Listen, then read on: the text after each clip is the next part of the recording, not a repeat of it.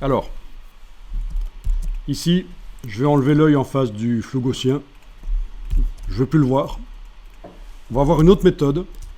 Alors l'autre méthode, ça va consister à modifier la luminosité de ce qui se trouve derrière.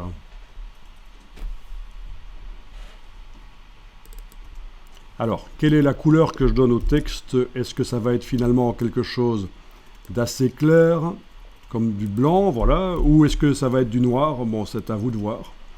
Ici, je vais faire éventuellement le texte dans une couleur plus foncée.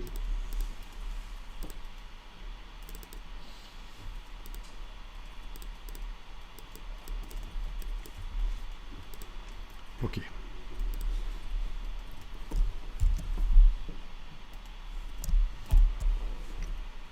Mais on va éclaircir l'image.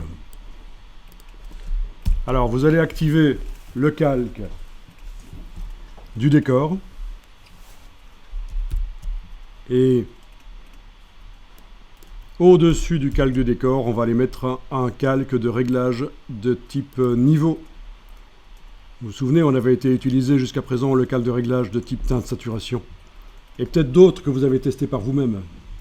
Je vous avais incité à tester d'autres. Voilà un calque de réglage de type niveau qui s'est mis au-dessus du décor.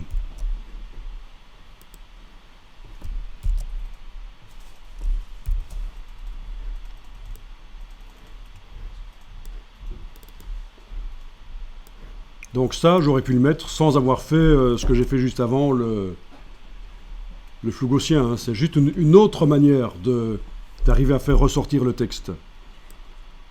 C'est important. Et donc, avec le calque de réglage de type niveau, je vais devoir assombrir, non éclaircir ce qu'il y a derrière, puisque j'ai un texte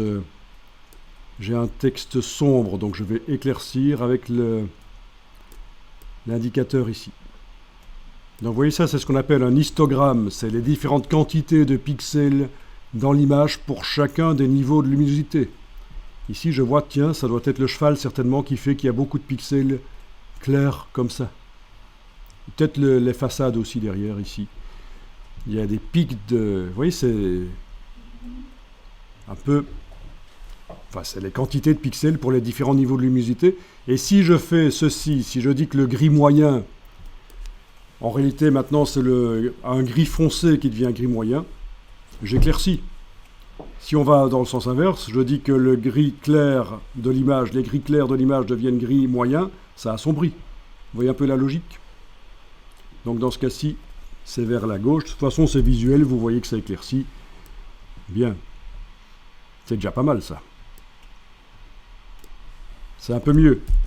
Et bien sûr, à la fin, on fera en sorte que ça n'agisse que derrière le texte.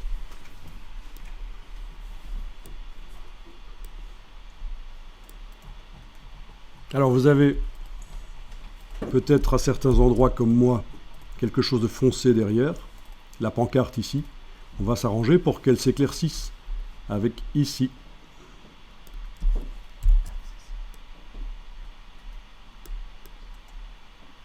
Voilà. Donc là, c'est redéfinir les tons les plus foncés, dire qu'ils peuvent être maximum foncés comme ça. Alors, si on avait un texte clair, ça aurait été exactement l'inverse. On aurait pris ça, on l'aurait mis plutôt par là, on n'aurait pas touché à celui-là, et on aurait déplacé celui-là vers la gauche. Mais dans ce cas-ci, voilà. Ok, c'est bon? Bon, ben après, vous connaissez la méthode. Qu'est-ce qu'on va faire là-dessus? Pareil. C'est ça, on remplit par du noir. On va voir si ça marche comme ça. Ouais. Donc dans le cas d'un calque de réglage, il n'y a pas besoin même de faire Alt-clic sur le masque pour l'afficher en grand. Ça marche direct. Et faire édition remplir avec noir. Puis éventuellement prendre le pinceau et voilà.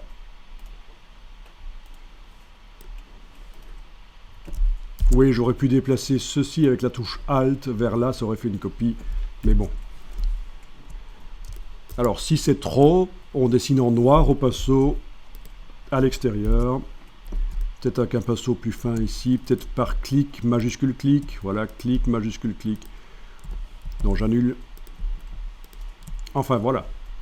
Vous voyez le principe pour que le texte devienne plus lisible. Vous pouvez enregistrer l'image.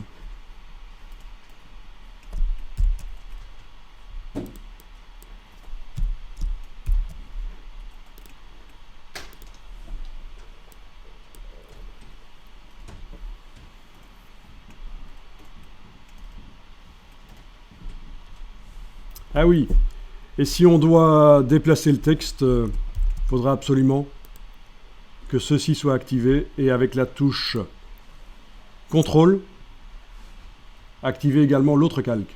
Pourquoi pas avec la touche majuscule, parce que la touche majuscule activerait tous les calques intermédiaires.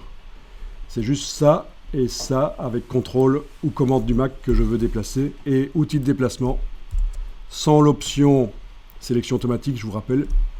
Et alors là, on arrive à déplacer et il nous a fait... Oui, il va falloir reboucher le trou après. Oui, il faudra refaire une sélection sur le masque. Et vous voyez qu'on arrive comme ça à repositionner les deux. Vous pouvez tester si vous voulez. Donc c'est clic, CTRL clic, commande clic sur le Mac, outil de déplacement, même transformation manuelle si on veut.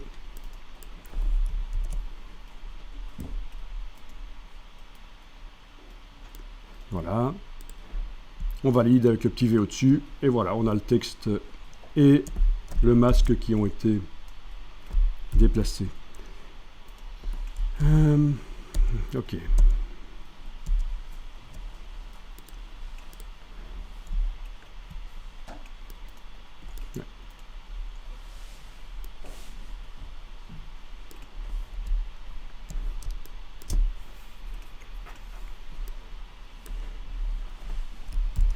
Ok. Vous avez aussi le problème alors du bord blanc qui s'est mis. Faites Alt-clic sur le masque pour l'afficher en grand. Outil de sélection rectangulaire. On trace comme ça, on déborde. Comme ça. Ok. Je commence à l'extérieur de l'image, je termine à l'extérieur de l'image. Voilà, comme ça. Puis avec la touche Shift enfoncée, le petit signe plus qui apparaît, on trace comme ça, on déborde, voilà. Donc voilà ce qui est sélectionné.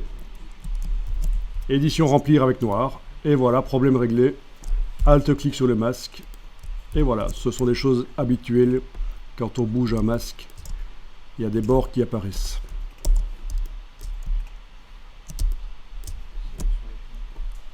C'est sélection rectangulaire, premier rectangle, et puis second rectangle avec la touche Shift enfoncée parce qu'on veut l'ajouter à la première sélection. Sinon, sans la touche Shift, la première sélection s'en va. Bon, ben enregistrer l'image.